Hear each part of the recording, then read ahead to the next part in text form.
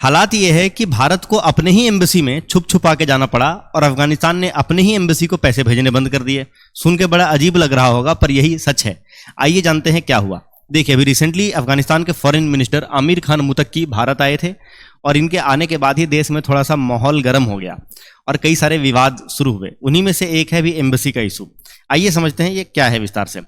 देखिए, आपको पता होगा कि 2021 से पहले अफगानिस्तान में अशरफ घानी की सरकार थी और उसके बाद 2021 में तालिबान ने वहां के गवर्नमेंट को ओवरथ्रो कर दिया और तालिबान सत्ते पे काबिज हो गई। अब सिंस तालिबान को ज़्यादातर दुनिया में ज़्यादातर जो देश हैं वो एक आतंकवादी संगठन के तौर पे ट्रीट करते हैं और हमारा स्टांस भी मोर और लेस ऐसा ही रहा है हमेशा से। तो वैसे केस में हमने तालिबान गवर्नमेंट को ऑफिशियली मान्यता नहीं दिया, ऑफिशियली रिकॉग्नाइज नहीं किया।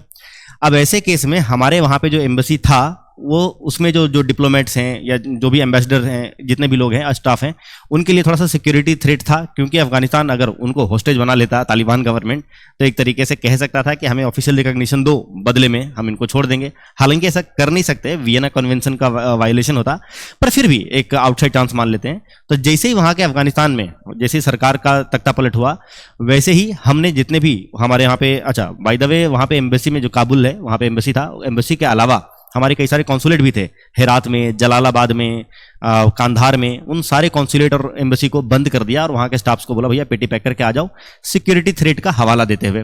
तो हमने 2021 में वहाँ पे जो एम्बेसी था, जो फुल्ली फ्लेजेड था, एकदम प्रॉपर फंक्शनिंग में था, उसको बंद कर दिए, सारे कॉन्सुलेट बंद कर दिए और लोगों को वापस बुला लिया, अपने स्टाफ को। अब उसके बाद 2022 में क्या होता है कि सरकार को समझ में आ गया कि भैया धीरे धीरे करके तालिबान गवर्नमेंट ही रहने वाला है। अब सिंस हमने वहाँ पे बहुत सारा पैसा खर्चा किया हुआ था, अफगानिस्तान में बहुत सारे हमने रोड्स बनाए हैं, हॉस्पिटल्स बनाए हैं, डैम बनाए हैं, वहाँ का पार्लियामेंट बनाने में हमारा पैसा लगा है, तो भैया इतने सारे एसेट्स हैं, इनको प्रिजर्व करना, इनको प्रोटेक्ट करना भी हमारी जिम्मेदारी है। और समझ में आ गया कि तालिबान के साथ अब रिश्ते खराब करके बात तो बनेंगे नहीं, क्योंकि अफगानिस्तान हमारे लिए एक बढ़िया दोस्त हो सकता है। मतलब चाइना का जो ग्रोइंग इन्फ्लुएंस है अफगानिस्तान में, उसको काउंटर भी करना हमारी ज़रूरत है। अफगानिस्तान को काउंटर करने में अफगानिस्तान हमारा हेल्प कर सकता है, हमारे एसेट्स हैं उनको प्रोटेक्ट करना है, तो अफगानिस्तान की जरूरत तो पड़ने वाली है ही, ये तो समझ में आ चुका था। तो तालिबान गवर्नमेंट को अगर हम रिकॉग्नाइज करेंगे, ऑफिशियली मान्यता देंगे, तो ये तो मतलब गलत बात होगा, क्योंकि United Nations, United states of America, European union के कई सारे देश, ये सारे अभी भी आतंकवादी संगठन मानते हैं। तो हम इनको ऑफिशियली रिकॉग्नाइज तो नहीं कर सकते, पर हमें इनके साथ रिश्ते बिल्ड करने पड़ेंगे। तो इंडिया ने क्या करा, 2022 में पहली बार टेक्निकल मिशन भेजा, टेक्निकल मिशन के नाम पे, कि हम वहाँ पे ह्यूमैनिटेरियन एड भेज रहे हैं और मतलब कुछ लोगों से लोकल कांटेक्ट बनाना चाहते हैं, मतलब एक तरीके से कि इनडायरेक्टली हम तालिबान गवर्नमेंट के साथ मिलना चाहते हैं बोल के टेक्निकल मिशन नाम से भेजा।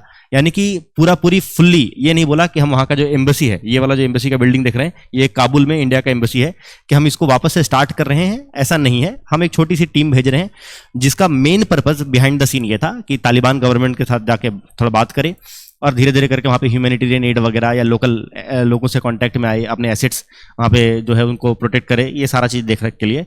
तो इंडियन गवर्नमेंट ने फुल फ्लेजेड स्टार्ट तो नहीं करा 2022 में, पर क्या करा, बोला ये वाला जो कंपाउंड है, सेम कंपाउंड में, सेम बिल्डिंग में, बोला जाओ ये टेक्निकल मिशन यहीं पे रहेगी और यहीं से ऑपरेट करेगी। तो 2021 में जो बंद किया था, 2022 में हमने चालू तो कर दिया, पर फुल्ली चालू नहीं किया। यहाँ पे कुछ लोग खाली जाके मतलब एक तरीके से बहुत कम टुकड़ी में हम ऑपरेट कर रहे थे। अब अफगानिस्तान का जो एम्बेसी है इंडिया में, उसका क्या हुआ। देखिए, 2021 के पहले वहाँ पे अशरफ घानी की सरकार थी, जिसको ओवरथ्रो करके टेक ओवर कर लिया तालिबान ने। तो अशरफ घानी के टाइम पे भारत में एम्बेसी था, दिल्ली में एम्बेसी था, जो कि आज भी है, चाणक्यपुरी में यहाँ पे अफगानिस्तान का एम्बेसी है। पर इसमें जो डिप्लोमेट थे, यानी कि जो एम्बेसडर होंगे उनके, वो सब अशरफ घानी के द्वारा भेजे गए लोग थे, उनके ही सब सपोर्ट करने वाले लोग थे। तो यहाँ पे जो एम्बेसी में लोग थे जो अफगानिस्तानी, वो डिप्लोमेट्स तालिबान गवर्नमेंट को सपोर्ट नहीं करते थे। अशरफ घानी को तो देश छोड़ के भागना पड़ा, पर यहाँ पे जो दुनिया भर में अलग अलग देश में जितने भी अफगानिस्तान के एम्बेसी हैं, उसमें सारे तो अशरफ घानी के सपोर्टर्स ही थे ज़्यादातर। तो वो लोग तालिबान को रिकॉग्नाइज नहीं करना चाह रहे थे, वो लोग तालिबान के अगेंस्ट में थे। तो इंडिया में भी जो अफगानिस्तान के एम्बेसी है, उसमें जितने भी ऑफिशियल्स थे, उन्होंने तालिबान से एक तरीके से थोड़ा कट ऑफ कर लिया। तो तालिबान ने भी बोल दिया ठीक है भैया, मत करो हमसे बात, तुम अशरफ घानी को सपोर्ट करते रहो। उन्होंने पैसे भेजने बंद कर दिए। जैसे ही पैसे भेजने बंद कर दिए, तो यहाँ से ज़्यादातर जो स्टाफ थे वो यहाँ से छोड़ के चले गए, कहीं पे जाके असाइलम सीख किया, मतलब असाइलम सीख करने मतलब एक तरीके से रिफ्यूजी के तरीके से रहे कहीं पे, कि भैया सिटीजनशिप मिल जाए किसी देश का, ट्राई करते रहे। कुछ लोग हमारे देश में रह गए, कुछ लोग एक तरीके से पूरा बंद तो नहीं किया हमने, पूरा बंद नहीं किया, पर बहुत मिनिमल स्टाफ के साथ वो ऑपरेट कर रहा था और पैसे तालिबान गवर्नमेंट ने भेजने बंद कर दिए। इस तरीके से हिसाब किताब हो गया। रिसेंटली हुआ ये कि आमिर खान मुतक्की ने इंडियन गवर्नमेंट से अभी जब मीटिंग हुई तो रिक्वेस्ट करा कि भैया वो जो अफगानिस्तान का एम्बेसी है वो हमारे हैंड ओवर कर दो। इंडियन गवर्नमेंट ने तालिबान को हैंड ओवर नहीं किया था, तो अब क्योंकि उनको हमने ऑफिशियली रिकॉग्नाइज नहीं किया, तो हैंड ओवर भी नहीं किया, तो इन्होंने बोला है कि हमें दे दो, एक तरीके से हमें हैंड ओवर कर दो, तालिबान गवर्नमेंट चलाएगी। तो इंडियन गवर्नमेंट ने सो बोला है कि हम आगे बात करेंगे। अब देखिए बात यह है कि यहाँ पे एक वियना कन्वेंशन बोल के कन्वेंशन है, जो ज़्यादातर ये एम्बेसी से जनरली जो रिलेटेड रूल्स हैं उनको लेके डायरेक्शंस प्रोवाइड करता है। अब ये एम्बेसी और जो कॉन्सुलेट्स और ये हाई कमीशन, इनके पावर क्या होते हैं, ये किस तरीके से ऑपरेट करते हैं, इसके बारे में मैंने डिटेल में ये वीडियो बना रखी है, बहुत शानदार वीडियो है, जाकर आप इसको देख लो, डिस्क्रिप्शन में लिंक पे डाल दे रहा हूँ।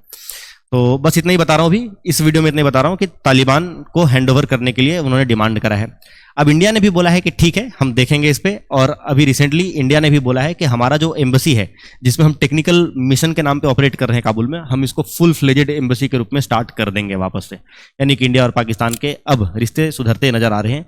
आप समझ लीजिए एम्बेसी एक बहुत बड़ा टूल है दो देशों के बीच में, जो डिप्लोमेटिक रिलेशन है इसको सेटअप करने का सारा जिम्मेदारी एम्बेसी से ही होता है। तो एम्बेसी का पूरा फुल्ली फंक्शनल होना बहुत जरूरी है अगर दो देशों के बीच में रिश्ते अच्छे होने हैं तो अभी शायद अब नजर आ रहा है कि इंडिया ने तो बोला है कि हम अपना एम्बेसी वापस से फुल्ली ऑपरेशनल कर देंगे, एम्बेसी के नाम पे चलाएंगे, टेक्निकल मिशन के नाम पे चलाने की जरूरत नहीं पड़ेगी, और आपको हैंड ओवर करना है जो दिल्ली में एम्बेसी है, वो हम देखते हैं उस पर क्या करेंगे। तो फाइनली इंडिया और अफगानिस्तान के रिश्ते मतलब थोड़ा बेहतर होते दिख रहे हैं, और इंडिया के लिए जरूरत भी है।